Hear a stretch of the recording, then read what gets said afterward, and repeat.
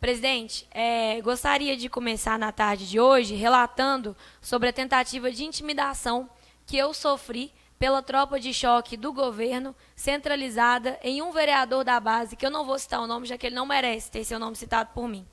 Como meu pronunciamento está sendo cortado, mas ele vai ficar disponível no YouTube, é importante que todos saibam que um vereador da base do governo, para tentar barrar a leitura do relatório, entrou com um pedido no Tribunal Regional Eleitoral da não leitura e da impugnação da minha candidatura.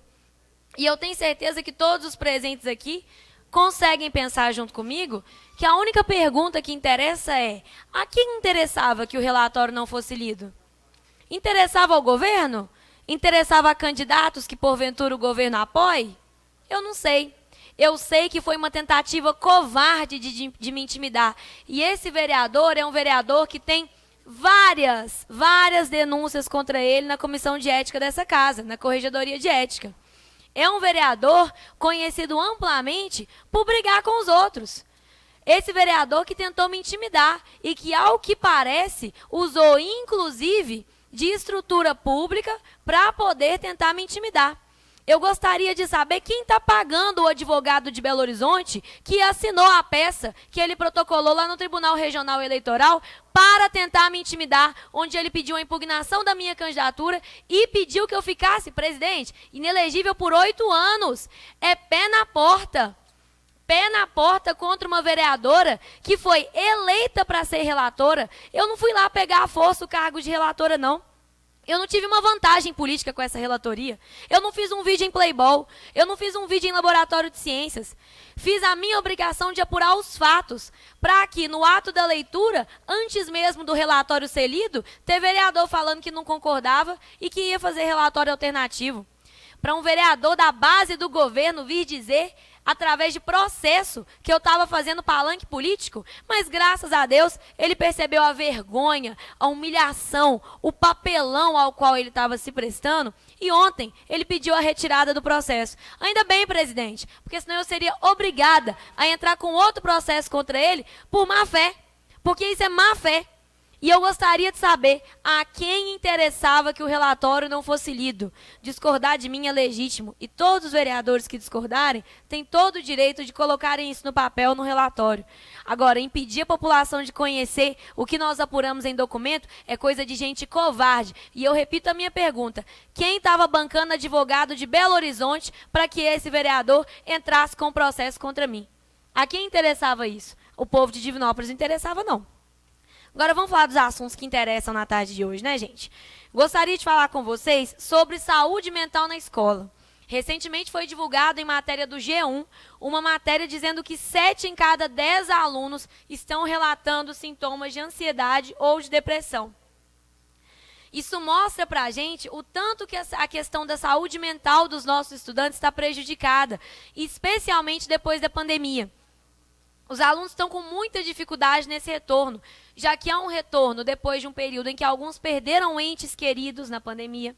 Alguns estão vendo seus pais e suas mães passarem por dificuldade financeira, já que a pandemia, somada à crise econômica global e brasileira especialmente, tem sido muito dura para as famílias. E a gente tem vivido isso com consequências práticas no estado de saúde dos nossos alunos. E aí a gente sabe que o professor, e eu como professora sei muito bem disso, o professor, ele tem sempre uma questão muito dura para enfrentar, que é a questão de resolver problemas diversos. O professor é quem percebe primeiro quando um aluno está passando por dificuldade financeira em casa. O professor é quem percebe primeiro quando um aluno está vivendo uma situação difícil de separação de pai e mãe. E os professores se desdobram, a gente se desdobra. Mas a gente não consegue fazer trabalho que a gente não está habilitado para fazer, que a gente não tem conhecimento para fazer. Por melhor e mais compreensivo que um professor seja, ele nunca vai conseguir fazer o papel de um psicólogo, o papel de um assistente social. E para isso a gente tem legislação.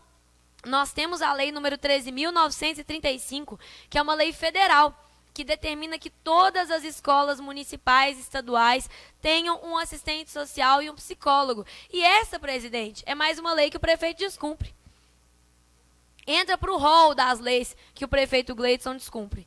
E aí a gente precisa dizer que a importância do psicólogo no processo escolar são várias. O psicólogo contribui para o processo de aprendizagem, o psicólogo contribui para o acompanhamento dos alunos, para a participação dos métodos de ensino, da elaboração dos métodos de ensino de forma individualizada. Ele ajuda a resolver conflitos locais, ele ajuda a evitar a violência no espaço escolar e o psicólogo ajuda, em última instância, a cuidar da saúde mental vulnerável de alguns alunos que nós temos vivido hoje.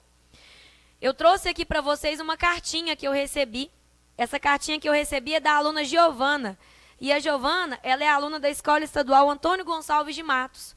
Lá na Escola Estadual Antônio Gonçalves de Matos, o professor Thales fez uma atividade com os alunos para que eles escrevessem comigo, para mim, uma cartinha dizendo o que eles queriam melhorar na cidade.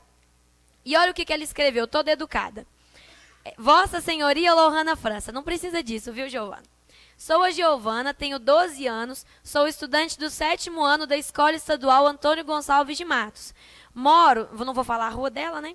Venho pedir-te coisas simples que fazem toda a diferença. Quero te pedir psicólogo na minha escola e no posto de saúde. Mais proteção para os nossos animais. Aí, Flávio. Lutar pelo aumento do salário dos professores municipais. Mais valorização dos estudantes nas escolas públicas e oportunidades de emprego para os jovens. Olha só, presidente, a primeira coisa que a Giovana pediu, uma aluna de 12 anos, foi a presença de psicólogo na escola. Então, a gente sabe que essa lei ela não foi criada à toa. Ela foi criada devido à importância de nós garantirmos esse apoio para os nossos estudantes. E os números falam por si só e demonstram com clareza que a gente tem uma situação muito crônica para resolver. Além disso, gente, eu também preciso falar com vocês sobre a situação da UPA. A UPA de Divinópolis, ela está numa situação de tolerância zero. Esse é o prefeito profeta. O prefeito profeta, ele prometeu um monte de coisa. Quando o Gleidson assumiu, ele disse que ele daria jeito na Copasa. Ele falou, não vou dar conta de tirar a Copasa, mas vou fazer a Copasa funcionar. Ele disse que ele daria jeito na UPA, ele disse que ele daria jeito na Transoeste, ele disse que ele daria jeito em tudo. E ele não resolveu nada. E para algumas ele ainda deu dinheiro, igual foi para a Transoeste. Além de não resolver, porque o ônibus continua uma porcaria, ou o cidadão que está assistindo está satisfeito com o ônibus. Ele ainda deu 6 milhões, com autorização dessa casa e voto de colegas daqui. E continua uma porcaria. Mas a UPA de Divinópolis, com quem ele rompeu o contrato mais de 6 meses atrás, o IBDS não saiu até agora.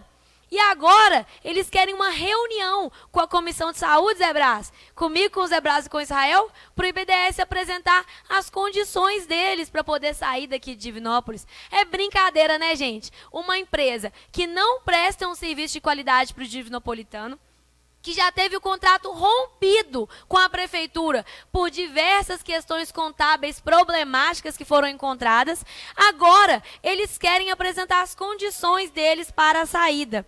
E a gente sabe sim que durante a transição houve um impacto negativo tanto para os trabalhadores da UPA quanto do ponto de vista assistencial, já que do ponto de vista assistencial a gente tem sim um problema acontecendo com os cidadãos.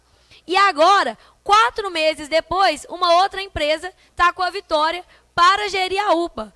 Outra empresa está prontinha para assumir a UPA e está esperando o secretário de saúde tomar alguma posição. Eu não estou entendendo. Cadê a base do governo para defender, gente? O prefeito disse que ia resolver a UPA. Não dá conta nem de tirar uma empresa com quem ele já rompeu o contrato. Eles estão listando as condições para a saída. O prefeito disse que ia resolver a Transoeste. Está dando 6 milhões. O prefeito disse que ia resolver a Copasa. Continua uma porcaria. O que o Gleidson resolveu em Divinópolis? E eu queria ouvir os vereadores do Parabéns Prefeito, que só sabem agradecer e dar parabéns, explicarem um pouco disso.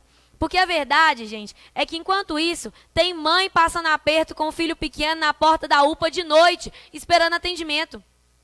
Enquanto isso, tem trabalhador lá da UPA sofrendo uma situação de instabilidade, porque não sabe como é que vai ficar essa história. E o prefeito que ia resolver tudo, não dá conta nem de tirar uma empresa com a qual ele rompeu o contrato meses atrás. Meses atrás. Então vamos ter essa reunião. Vamos ouvir as condições da empresa que já teve contrato rompido para poder sair. Agora, que isso é uma palhaçada com o Divinopolitano, que a única coisa que espera e que precisa é de um atendimento de urgência e emergência de qualidade e que não tenha rolo, aí com o Divinopolitano isso é um absurdo mesmo. Presidente, essas foram minhas palavras na tarde de hoje. Muito obrigada. Vereadora. Pode falar, Zé Brás. Nobre vereadora, é até estranho, né, da gente questionar isso. Uma empresa que perdeu, aliás, nem entrou na licitação, está questionando para sair.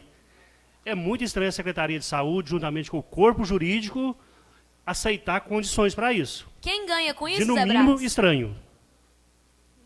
Obrigado, vereador, pela parte.